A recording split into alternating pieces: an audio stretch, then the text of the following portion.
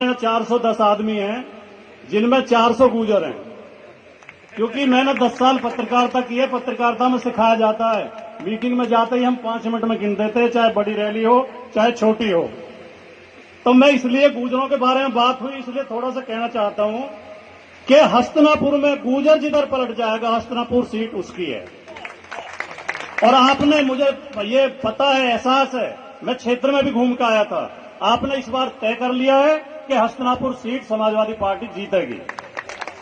और ये थोड़ी सी परंपरा भी है। मैं तो टोटके में तो विश्वास नहीं करता कि जो पार्टी हस्तिनापुर जीतती है, पिछले काफी समय से चला आ रहा है, उसी की सरकार उत्तर प्रदेश में बनती है।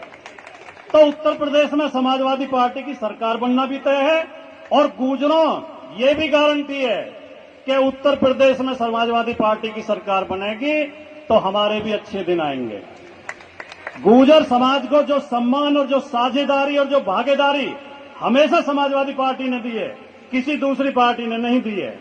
ये जो पार्टी है जिसके लिए सबसे ज्यादा गुर्जरों ने वोट दिया, हिंदू बन गए थे सारे।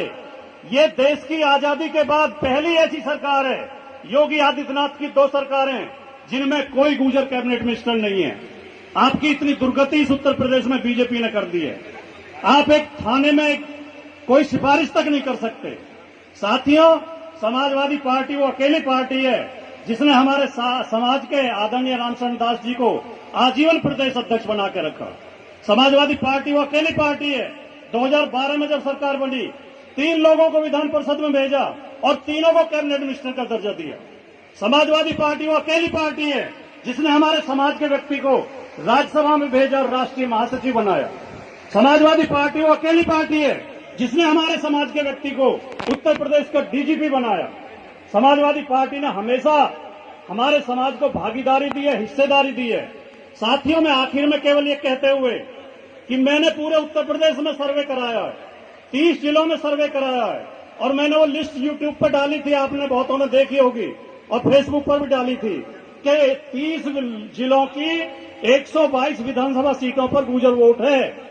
उसके बाद मेरे पास 10 सीटों से और फोन आ गए हैं, 132 सीटों पर गुर्जर वोट है।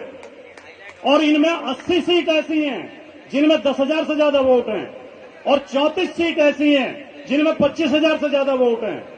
आपकी कमी केवल एक है कि आप पुराने हथियारों से लड़ना चाहते हो। जीतता वो है, युद्ध में वो जीतता जो नए हथियारों का प्रयोग करता है। आप उस जमाने में जब आपने तलवार से शासन करा था और लठ से शासन करा था, वो जमाने अब गए। अब तलवार का, बंदूक का युग नहीं है।